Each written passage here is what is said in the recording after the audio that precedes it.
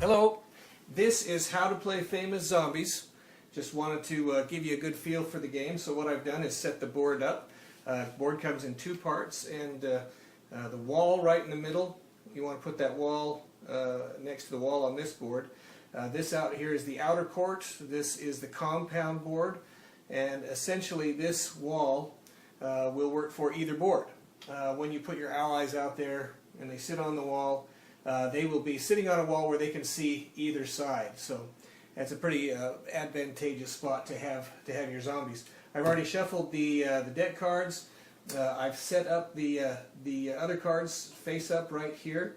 The traps up here, the Eaton card and the Intel card are all right here. So this is the pre-game. This is what we do to set up. Everybody gets their color. I've got a green, blue, yellow, red player today, and so we're going to play a 4-player game. And so everybody gets the tokens that are the allies, the ones with the little people on them, and also the traps, the ones with the exploding zombies on them, whether they're electrocution or a detonation, the exploding type, incendiary kind of traps. All right, so we're going to deal cards. We'll deal 2 to each player. This is the pre-game. This is what we do before the game starts. So the first card actually is a zombie, and so we don't deal that to a player. We only deal non-zombie cards to a player. But because that comes out, that zombie also comes out. That's Zombie Sherlock. Sherlock has the special ability that if he's going to move on the board, he's going to move away from a trap, or he will move into an ally. He's a little smarter than the normal zombies. Alright, so the green player, the first non-zombie card he gets is the Humvee. We'll put that right there in front of him. The next one he gets is the Battery Acid. So those are the 2 things that he gets. The blue player, before the blue player gets any cards, another zombie comes out. And so this zombie should have moved when we brought him out first, but this is Zombie Jesse James. Now, all the famous zombies have a spot here on the board where they start out. Zombie Jesse James starts out right there. And whenever he won't stand up. Whenever a zombie is put on the board, they all move the direction shown at the bottom of the card right here. So all the zombies will move that way. So even Zombie Sherlock will move that way. Zombie Jesse James will move that way. And we draw another card. The Forklift. So the Forklift will go to the blue player. The next card is the Cannon. The Cannon will also go to the blue player. The next card is Zombie Shakespeare. Zombie Shakespeare has a special ability. Well, he goes in the discard pile. And we bring Zombie Shakespeare out, the Zeeple. We'll put him on the board and move all zombies this direction.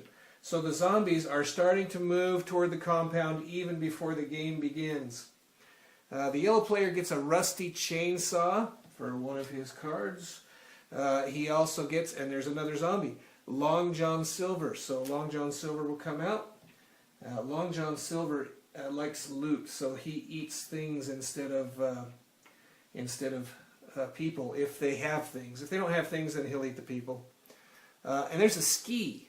That doesn't sound like a very deadly weapon, but you could run around and chase zombies with that ski and scare them, move them to other places. All right, the red player starts off with a backhoe, and the next card he gets is a rabid cat. Okay, so those are the cards that the players start with. Now it's time to start play. We're just going to go clockwise, starting with the green player, going to blue, yellow, then red. So we'll start with this player right here. He has 2 cards. So if you have a card with a number on it, that number does several things. And one of those things that it does is that's how many allies you can put out on the board. So the green player, wise choice would be to choose this one with a 3 on it. He will put that in the discard pile, and he can put 3 allies out on the board. Now, putting allies on the wall, like I said, can be advantageous because they can see both sides of the board. But Sherlock's getting a little close to the wall, and he might be eating people pretty soon. So we're going to put out 3 allies on this side of the board for the green player. So we'll put them in that formation, and what we're trying to do is put them in formations that will match these formations on the card so that they can find these objects. I can't find this Humvee unless I have this formation, and that kind of tells you what you're looking for. So that's action one. Every player gets 2 actions on his turn. then he draws a card. One of those actions, as you've seen, is putting out allies. The second action that this player is going to do, I can put out 2 more allies, or I can build a trap, and I think building a trap might be a good idea at this point. I'm on the wall, I can see that side of the board. Jesse James is getting kind of close to me, so I'm going to put that right there. I put one of my allies on let's put him on the electrocution trap. Now, both traps work exactly the same. It's just that another player might want to play that number 2 slot, and if he does, he can play this one. But once that number 2 slot's taken, then it can't be taken by any other player. So I'm going to put electrocution trap and put it out in front of zombie Jesse James. The reason I'm going to do that is because he's a little close to my guys. If he moves that direction, I want him to go off. I've had 2 actions. Now I can draw the card for the end of my turn. So I draw a machine gun, and so I'm ready to play that in the next round. Alright, the blue player, it's his turn to go. He's got a couple of cards right here. He's got one with a 2 on it, one with a 1 on it. So I think with the number 2, it's a good idea to start placing allies as soon as you can. So he's going to do that. He'll play that number 2, put 2 allies out on the board, and he's going to play a little bit more conservative. He's going to, well, let's see. Actually, no. We're going to put them right there. And we're going to get ready to take zombies out and get aggressive. The second thing that we're going to do with this player is he has one with a 1 on it, and early in the game and really any time in the game, one of the great things to do is to play the intel card. That gives you extra cards, and a 1 is particularly good for that. So we're going to put this ally on the number 1. After the allies are placed on there, then everyone who's on that card gets a card. So the blue player will get a card, and then he will then end his turn. He's had 2 actions. Remember, he played allies. The second thing he did was play intel. So for the second action, he's going to draw another card. So he has 2 cards for the next round. And by playing intel, he should gather more cards as the rounds go on. Alright, let's take a look at the yellow player. The yellow player has a couple of things. He's got a rusty chainsaw and a ski. Again, the benefit early in the game to having that number 3 on this card is that you can place out at least 3 allies. So he's going to discard that 3 and put out 3 allies. So let's see. Yeah, I'm gonna have him put them 1 on the wall so that he can see that other side, and he's gonna put out 2 others. That's a trap, so that doesn't work. Gonna put out 2 others. So there's where his allies go for that, and he is going to we're gonna have him do some intel also. So he's gonna choose the number 2. So he'll put this guy on the number 2 slot. Now the intel is a powerful action, and you can only do it 1 time per turn. Now if that were a 1, that would move this other guy down, but since it's a 2, he goes in the number 2 slot, and then each one draws a card in this order. So the blue guy gets a card. Oh, but it's a zombie. So whenever zombies come out, you know what happens? They go on the board. This is Zombie Merlin, who has a spell of haste, so he can get out of the way of the Humvee, the 18-wheeler, and the Lamborghini. So he's going to move there. He'll move onto the wall. There, there, and there. The zombies are slowly moving toward the compound, and we want to do our very best to prevent that. Alright, the blue player is still trying to draw. He gets some insulated pliers. He can chase zombies around with that and move them to places he wants them to go. Play traps, intel, or place out more allies. Alright, and now the yellow player gets to draw a card. Another zombie comes out. This is not a famous zombie. This is a regular, everyday Joe zombie. So that regular zombie, he starts in the middle, and then all the zombies move in the direction prescribed. Now, Jesse James moves on to that yellow guy and eats his brains. So this guy goes in the eaten, on the eaten card. Okay, so there's Jesse James starting to take his toll in the game, and so he's moved there. We're going to draw another card. All right, there's a Molotov cocktail for the yellow player. Molotov cocktail's a special weapon that if you throw it next to traps, it can take out, like it could take out both of these zombies at the same time because they're standing next to a trap. And then the yellow player's had 2 actions, so now he gets the end of turn draw. Now the end of turn draw is an interesting card. This is a zombie frenzy. A zombie frenzy means we're going to have 2 zombies come out, plus any guys that are sitting here in the eaten pile lose one of their tokens that turns into a zombie. So we're going to have a total of 3 zombies come out. So that zombie frenzy goes right there. Going from the middle outward, we have 3 zombies coming out, and they are regular run-of-the-mill zombies. And this token, which belonged to the yellow player, is now out of the game. So that guy turned into a zombie. Now all the zombies move in the direction shown here. The blue player gets 1 eaten. The yellow player gets another eaten. And here come the zombie frenzy. Okay? This guy goes on the eaten pile. This guy goes on the eaten pile. And the game rolls on. Looking for that second card. There is another zombie. Sometimes they come out like that. And in this time, they are really coming towards. So this could be a short game if somebody doesn't take out Zombie Sherlock right there. But I know the green player can do it. Well, maybe he can't because he hasn't got very many cards left. Boop, doop, doop. There go the zombies. Okay, moving toward the compound. The minute one of those zombies steps foot in the compound, the game is over. So we don't want that to happen so soon, but looks like it's going to happen very soon. There's zombie Cleopatra. So we want to, this is going to be very close to having the zombies have a total victory. And there they go. All right.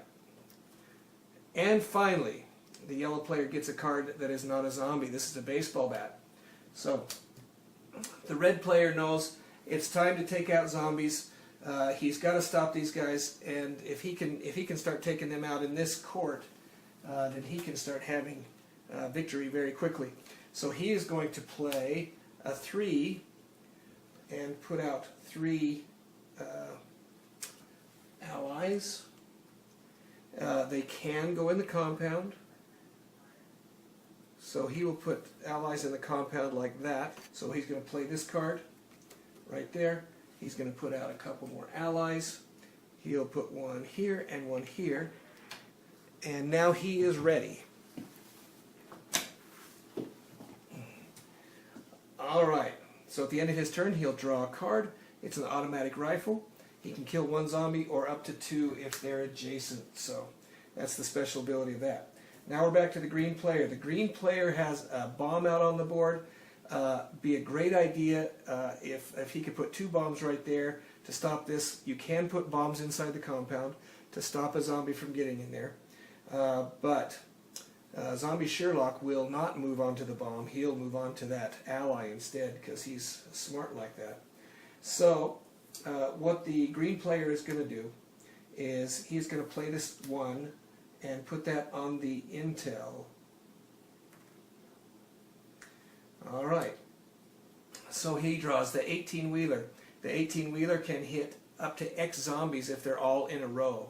So looking at the board here, he could take out all 3 of those zombies right there if he had the right configuration. He doesn't have that right now. And so the next thing that's going to happen is the blue player is going to get a card from the intel. He gets a hot steam iron where he can move zombies. That might come in handy. And then the yellow player gets a card. And the yellow player gets a grenade. You can kill up to 2 zombies if they're adjacent to each other. There's lots of that going on at the board right now. So he's all prepared for that. Now, the green player gets a second turn. Since he's got some cards that'll probably be coming up, he's going to place 2 allies on the board and get ready for more zombies. Now, probably be a good idea, since Zombie Cleopatra is coming up here, to place women on the board if you've got them, because Cleopatra does not eat women, and so we'll put 2 women out on the board, and I only have 1 left in there, so keep an eye out for that. Okay, so the green player's had his turn. At the end of his turn, he draws a card. He gets a handgun, so he is ready for next turn. Now, the blue player, this is the guy that we have to pin our hopes on, because the zombies are getting so close. So in looking at his stuff, he's got a hot steam iron. He can chase zombies back. He's got insulated pliers. He can chase them back. A barbecue fork. He can chase them back. And a katana that he can kill zombies that are adjacent to allies. So it wouldn't be bad for him to put zombies adjacent to an ally, because he can kill up to 2 with that katana. So what he is going to do is put his allies right here, right close to the zombies, so that he can get that katana out. He'll spend that number 3 to do that. The katana is now ready to go. So he can spend that and take out 2 zombies as long as they're adjacent to one of his guys. He's going to spend that and take out these 2. And hopefully somebody will take him out. Now, the blue guy probably doesn't care, because right now he would be winning. He would have the most points. He's taking out 2 zombies. Zombie Jesse James goes there. Zombie Shakespeare has a really long death scene, so he just goes back to his starting place. But here are 2 victory points that will go to the blue player. At the end of the game, you add up your victory points, and you add up all the allies that you have that have not been eaten, and they can be anywhere else on the board, and that's your total. So anyway, there's a few eaten there. Okay, so now we go to the yellow player's turn. Oh, the blue player draws a card at the end of his turn. He's had 2 actions. He finds a sniper rifle. There we go. Now it's the yellow player's turn. The yellow player will draw a card. Will not draw a card, sorry. He'll start putting guys out. Let's see. He can, let's see, it only takes 2 guys to use that baseball bat, but he needs to put 2 guys out with that card. Because I think setting explosives is his best bet. So he's going to take that. He's going to take 2 allies, put them on the board because of the number 2 right there. The next thing he's going to do is take this number 1, and he doesn't have any of these formations, so he's going to take that number 1 and set an electrocution trap, and he'll set that right here. And again, probably Sherlock will avoid that if another zombie comes out. So maybe not the best place to put that. Maybe he'll put that right here and hope that guy goes there. Still got to find a way to get that guy before he gets in the compound. All right. So the next card that's drawn is the Lamborghini. The Lamborghini can take out 3 zombies if they're in the outer court. So the yellow guy is ready for the next turn. Now the red guy's got a lot of guys out. He's got them in the right formation. He's got an automatic rifle. And so he's going to take his very first turn and shoot zombie Sherlock right here, taking him out and gaining a victory point. Now normally he could take out 2, but he doesn't want to do that right now because that guy's going to end the game if he goes here, or goes here rather. So anyway, so he is going to do that. Now the next thing that he's going to do is he is completely out of cards. He only had 1 action. He hasn't played Intel, and so no other cards. His turn is over, and he goes and draws a card for his next turn, and he gets that shark tooth sword. Now we go to the green player. It's the green player's turn. He has got a handgun. He has not got the correct configuration to use that handgun. So what he's going to do is play intel. So he can go here. Now notice that he is going to be able to draw 2 times. First he'll draw for the guy on the number 1 spot, which is a zombie. That's Zombie Santa. Zombie Santa does not eat good people. The nice people. He only eats naughty people. So the nice people have a white circle around them. The naughty people have a black circle around them. So anyway, that's how you can tell. All the zombies move this way. The zombies are avoiding the traps somehow. And the green player gets a big brick.